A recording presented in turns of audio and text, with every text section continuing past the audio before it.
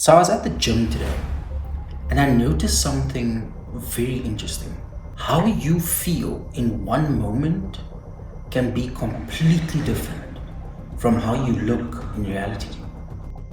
So I was training chest and a little bit of back, getting a good pump in. And in that moment, I felt huge, wider, stronger, more powerful. It's a little bit funny because when I got in the car and I looked at myself in the window, I looked much smaller than I felt. But that's exactly the point. The feeling was real. Even if the visual wasn't as dramatic as my mind made it out to be, the state I was in was real. I felt stronger. I felt more confident. Felt like the world was smaller than my goals. And there's actually science behind that. When you exercise, blood flow obviously increases to the muscles. I think we all know this. But at the same time, your brain releases chemicals like dopamine, serotonin, and of course, endorphins. These are associated with motivation, reward, mood, regulation, and last but not least, reduced perception of pain. So, in simple terms, your body is literally changing the way you experience yourself and the world around you. And when you feel like that, a lot of the noise disappears. The anxiety, the overthinking, the procrastination, we all know that one. The stress about what people think, it all gets quieter when your state is right. Psychologists often talk about something called state dependent perception. Now, state dependent perception is the idea that your emotional and physical state influence how you interpret reality.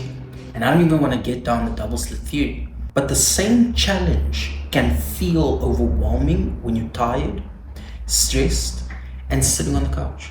But after a hard workout, that exact same challenge can feel manageable.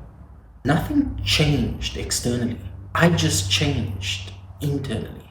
Psychiatrist and Holocaust survivor, I'm sure we all know who this is, Viktor Frankl once wrote, between stimulus and response, there's a space. And in that space is our power to choose our response.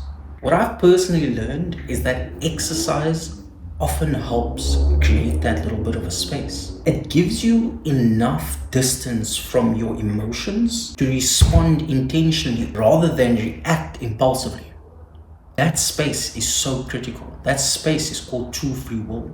That's why I keep saying your mind is one of the strongest variables in how you move throughout the world.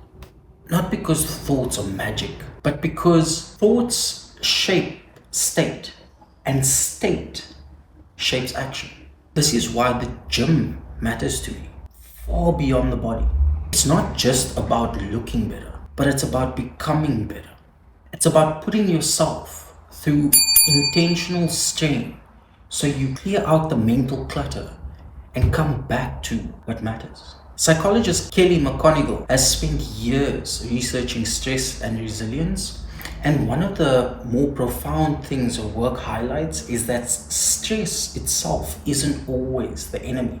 Often, it's our interpretation of stress that determines whether it weakens us or strengthens us. The challenge isn't eliminating discomfort. The challenge is learning how to use it.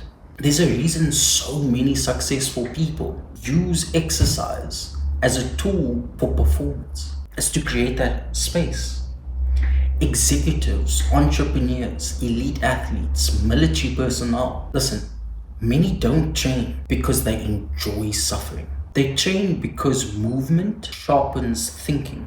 It improves focus. It reduces stress. It creates mental resilience. So earlier today, I really didn't feel like training. Trust me, I didn't feel like training. That's how a lot of us feel on a day-to-day basis. I had that resistance, that mental sort of tug of war where part of you wants to stay comfortable and part of you knows you need to do the work anyway. And listen, that's completely normal. Researchers studying motivation have found that feelings often follow action, not the other way around. We tend to believe we need motivation first, but in reality, the brain frequently creates motivation after we've already started. That's why even in yoga they say the hardest portion of it is showing up to the mat. So I let the thought go. I stopped trying to negotiate with myself and just actually got to the gym.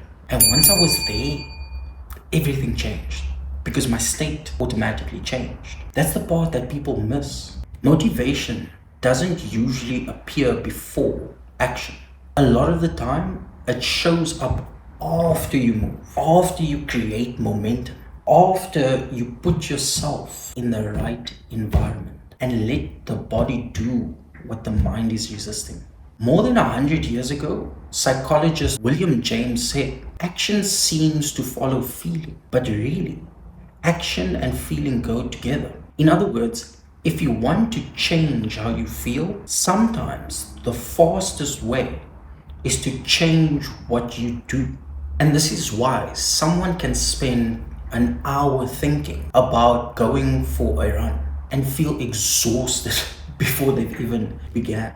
Yet 10 minutes into the run, they suddenly feel better. Why would that be?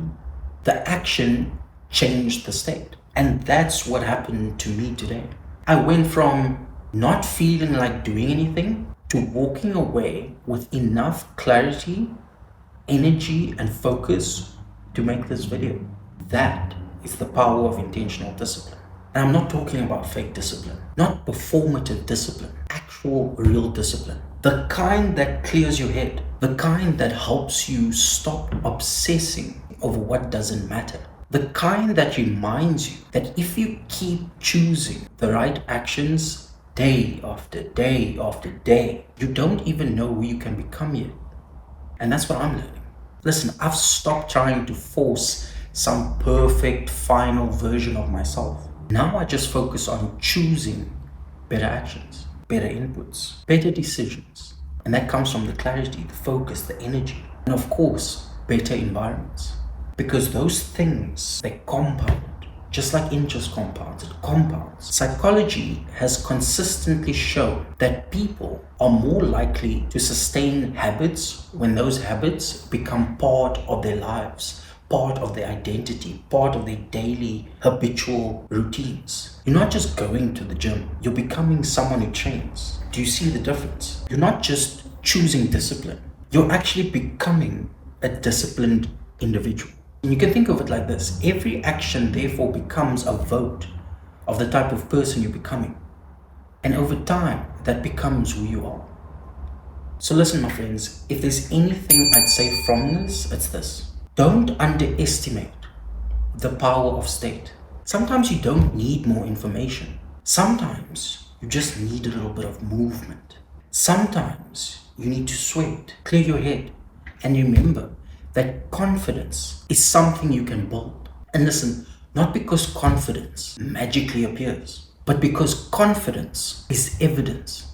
Psychologist Albert Bandura called this self-efficacy, your belief in your ability to handle challenges and execute on what matters. And what's interesting is that Bandura found self-efficacy doesn't just primarily come from positive thinking, which is a lot of what we do, right? Positive affirmations, look in the mirror, tell yourself you're beautiful. It comes from experience. It comes from accumulating small, tiny atomic wins and repeatedly proving to yourself that you can do difficult things. So in other words, confidence isn't something you find. It's something that you earn. And that's what I got from today.